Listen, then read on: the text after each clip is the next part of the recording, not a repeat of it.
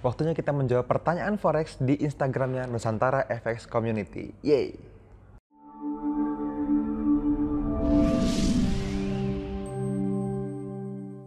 Halo teman-teman, ketemu lagi dengan saya Fadli, masih di channelnya Nusantara FX Community, tempatnya para trader Nusantara teredukasi. Ya, seperti yang biasa kita lakukan ya, setiap minggu kita menjawab pertanyaan-pertanyaan yang masuk dari Instagramnya Nusantara FX Community ya, tempatnya teman-teman semua follow.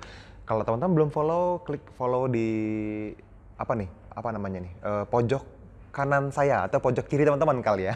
Jadi ada @nusantara FX Community di Instagram. Teman-teman follow dan teman-teman akan dapetin banyak update tentang forex, kurang lebih gitu deh. Nah, di video kali ini saya pengen menjawab beberapa pertanyaan yang belum sempat dijawab dan belum terjawab atau memang sengaja tidak dijawab supaya teman-teman bisa dapetin lebih masif lagi, lebih banyak lagi untuk teman-teman yang kayaknya ini banyak ditanyain banyak orang nih. Jadi kita bikin video gitu ya. Kalau teman-teman yang bertanya secara pribadi rata-rata sudah dijawab. Oke. Nah, teman-teman sudah bisa mulai lihat ya di layar monitor teman-teman semua. Di sini udah ada banyak pertanyaan nih, lihat. Jadi dari teman-teman NSC yang sudah bertanya ada balon-balon berwarna orange. Nah, ini yang terang belum dijawab, yang sudah agak redup ini belum. Oh, udah maksudnya. Oke. Kita lanjut ya. Dari pertanyaan pertama, langsung aja nih. Dari @rizka Pria. Wah, ini sebenarnya pria atau wanita? Oke. @rizka Pria, Mas, spread pada zero spread akun Hot Forex apa sama dengan spread akun mikronya Hot Forex? Ini HF nih Hot Forex ya, broker yang kita sarankan buat teman-teman semua pakai. Kalau teman-teman mau tahu caranya, ada linknya di bawah video ini, plus.nscvip.net. Lihat aja di kolom deskripsi di bawah video ya. Terus bedanya apa? Beda. Jadi gini, Mas Rizka Pria ya, atau Mbak nih, saya nggak tahu nih. Zero spread di akun HF itu spreadnya beda, karena akun mikro dia nggak mendapatkan harga yang sama seperti akun zero spread. Yang pertama, akun zero spread punya minimal deposit, dan yang kedua dia punya data feed yang sedikit berbeda gitu. Nah, karena perbedaan data feed di akun mikro, dia mempunyai kecepatan server yang lebih lambat sehingga spreadnya jadinya lebih lebar. Bid sama asnya nggak ngejar serapat yang ada di dalam zero spread account gitu ya. Jadi jawabannya beda. Kalau teman-teman mau dapetin trade yang lebih baik, trade-nya di zero spread kalau untuk ngomongin spread. Tapi kalau misalnya plus minus sebenarnya sama aja sih, karena zero spread dia ngambil komisi juga kok. Jadi overall nggak jadi masalah buat teman-teman semua. Lanjut. Dari @Susanto Rusli. Oh, ini Mas Susanto Rusli nih, saya tahu nih. Bagaimana mengidentifikasi UFO yang ada dalam range gitu ya. Dan bagaimana apa nih? Wah, panjang nih. Kalau share response, bagaimana mengidentifikasi UFO yang ada dalam range dan bagaimana probabilitas area tersebut? Oke. Jadi UFO ini unfilled order ini sebenarnya bahasa yang kita bahasakan ya dari prediktif, dari NFC ya, dari tim kita yang kita pakai setiap hari untuk mengidentifikasi pending order besar dari institusi yang mungkin bisa memantulkan harga kapanpun dia balik ke area tersebut. Kita sebutnya unfilled order atau disingkat UFO ya. Ini bahasanya family NSC VIP biasanya nih. Teman-teman yang sudah VIP ngerti apa itu UFO. Ngidentifikasinya kalau dalam range gimana? Sama, caranya seperti kita mengidentifikasi kalau di luar range juga kok. Kalau teman-teman di NSC Publik kan dapat signal free setiap hari tuh, trading plan gratis setiap hari di Trebelio NSC Publik ya.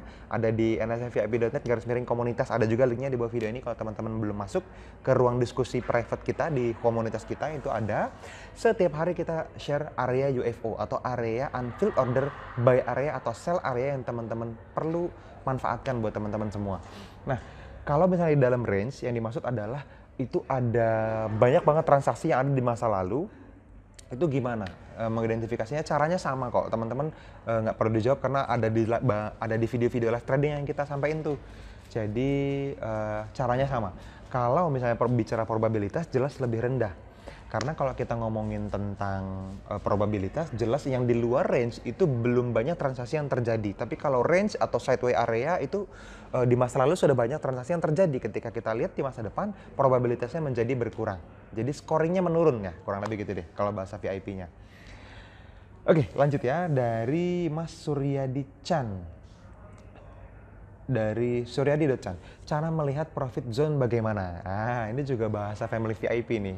atau family NFC lah ya, mungkin secara umum sudah mulai ngerti profit zone. Jadi profit zone itu adalah kemungkinan harga bergerak sampai menyentuh take profit kita. Apakah punya zone yang cukup atau kurang? Sehingga kita perlu deketin TP-nya, kurang lebih gitu deh.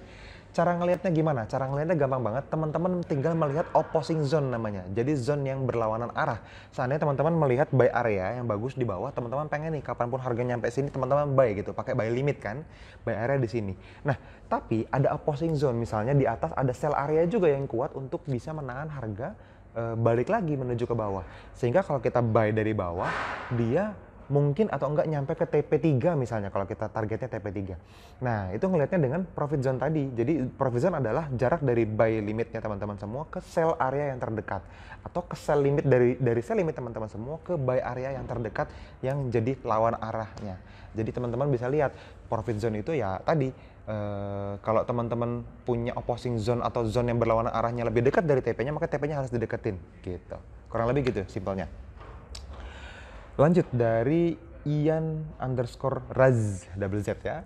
Jejak UFO itu cirinya gimana mas? Jejak unfilled order itu cirinya adalah dia bertahan dulu sebentar, lalu tiba-tiba terjadi imbalance atau lonjakan harga atau perubahan harga yang signifikan.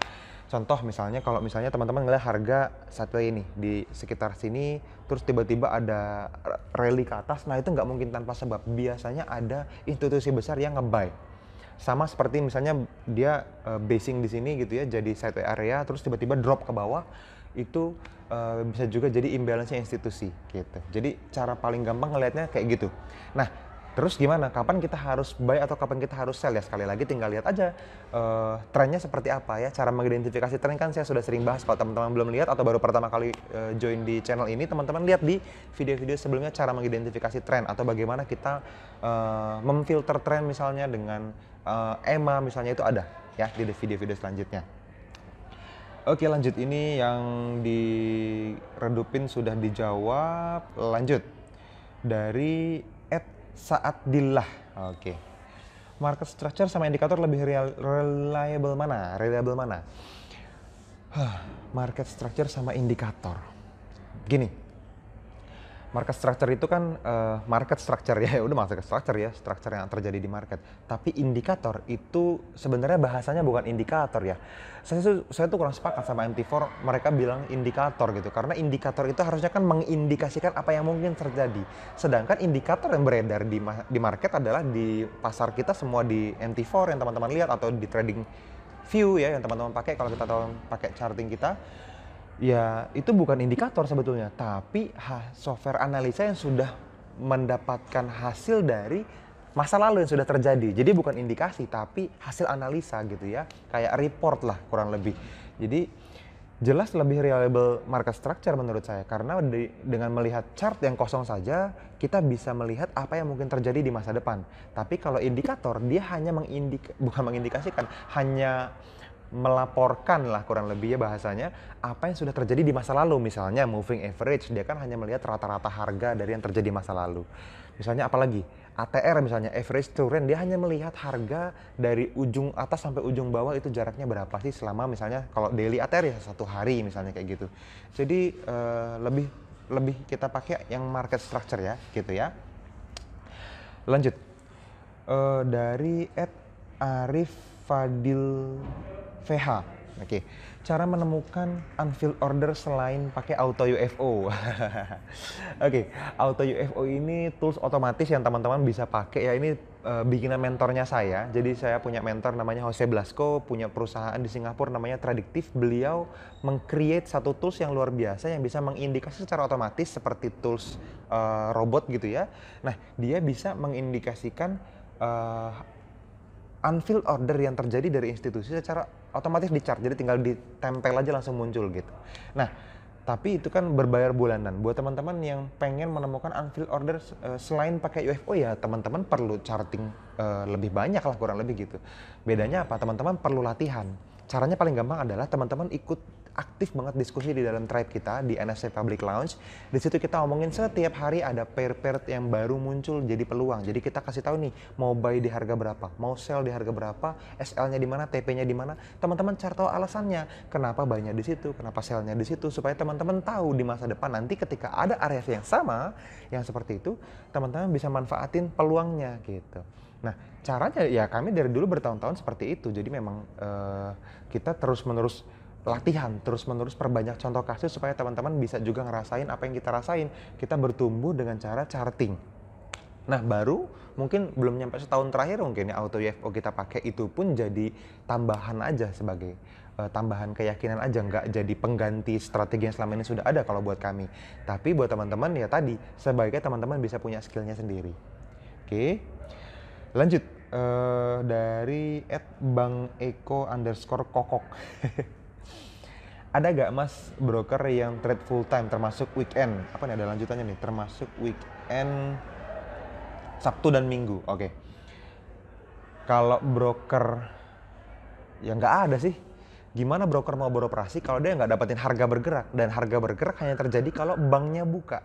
Nah, bank itu buka dari mulai Australia buka tuh pagi hari. Kalau di Indonesia kita masih jam 5 subuh lah kalau nggak DST ya. Jadi jam 5 subuh waktu Indonesia Barat kurang lebih itu terus berjalan sampai nanti London sampai New York close itu hari Sabtu subuh jam 5 pagi juga kalau nggak salah.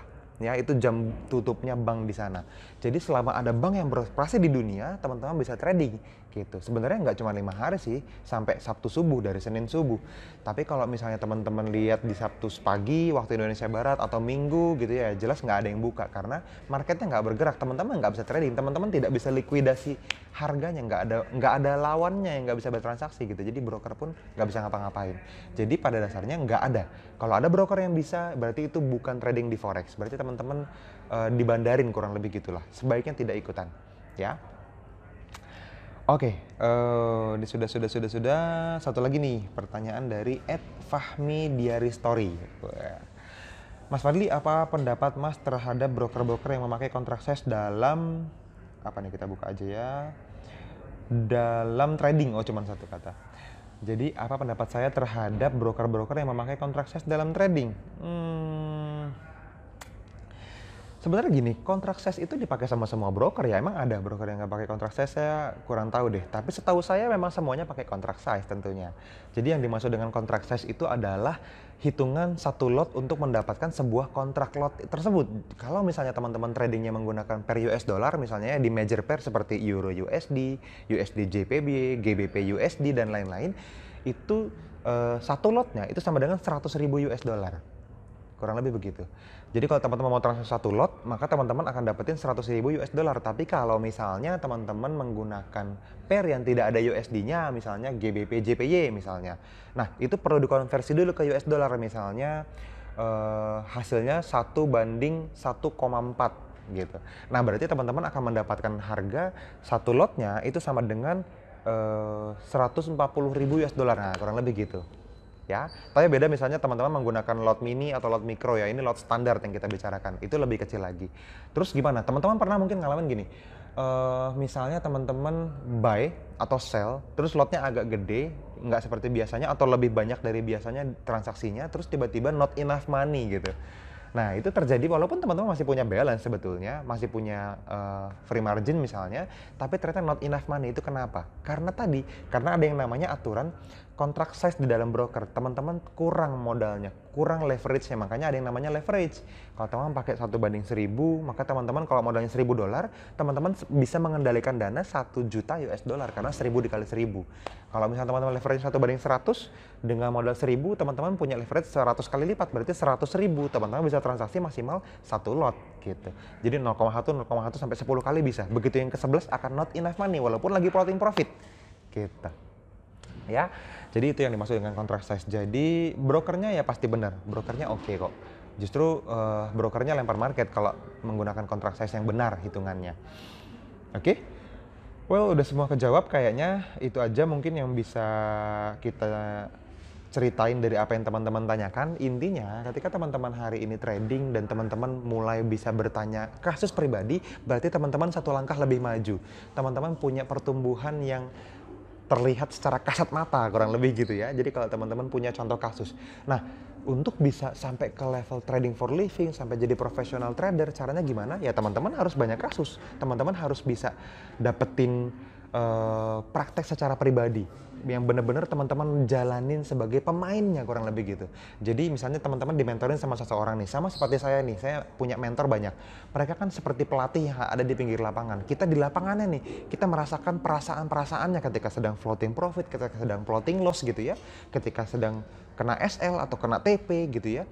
Itu mulai perlahan-lahan kita bisa netralisir perasaannya secara perlahan, tapi butuh waktu. Nah, mentor kita kan jadi orang yang ngeliat di pinggir lapangan, mereka biasanya lebih subjektif. Nah, kita butuh waktu-waktu tertentu untuk bertanya sama mentor gitu. Supaya apa? Supaya kita yang terlibat secara emosi di lapangan itu nggak ketipu sama apa yang terjadi gitu ya. Karena banyak banget distraksi yang terjadi di lapangan ketika kita trading. Apakah itu dari institusi, apakah itu dari news, apakah itu dari chart dan lain-lain, atau mungkin indikator tergoda teman-teman untuk mempercepat transaksi dan lain-lain. Semuanya mungkin terjadi, tapi kalau teman-teman punya mentor, teman-teman boleh bertanya. Nah, fasilitas ini kita sampaikan buat teman-teman semua. Jadi kalau teman-teman follow Instagramnya yang Nusantara FX Community itu ya, yang @Nusantara FX Community di Instagram, kapanpun ada misalnya ask me a question gitu, misalnya tanya kita apaan aja, teman-teman segera tanya apa yang terjadi di tradingnya teman-teman semua, supaya puzzle yang teman-teman selama ini dikumpulkan jadi utuh dan teman-teman bisa punya set of rule yang profitable buat trading room teman-teman semua. Tujuannya cuma itu kok. Dan jangan takut, saya akan jawab dengan semaksimal mungkin yang saya mau, yang saya mampu. Karena apa? Karena buat saya secara pribadi, punya teman-teman yang tradingannya profit itu lebih menyenangkan, lebih gampang diajak ngobrol, lebih gampang dibikin share strategi atau sharing materi gitu ya, dibanding teman-teman yang sedang habis MC atau kena loss gede dan seterusnya. Karena sekali lagi profit itu buat kita semua, jadi teman-teman profit saya juga happy, teman-teman lebih pintar dari saya lebih happy lagi kok, karena Nusantara teredukasinya semakin terwujud. Oke, jadi itu aja dari saya teman-teman. Kalau teman-teman bisa share video ini, saya juga ucapkan terima kasih. Silahkan share ke grup Facebook, ke grup Instagram, grup nggak ada ya, grup WhatsApp misalnya, atau grup Telegram teman-teman semua, sehingga teman-teman bisa mendapatkan hasil yang lebih maksimal lagi dari sisi amal jariah misalnya, buat teman-teman yang mungkin belum tahu Nusantara FX Community. Itu aja dari saya teman-teman, sampai ketemu di video-video selanjutnya. See you!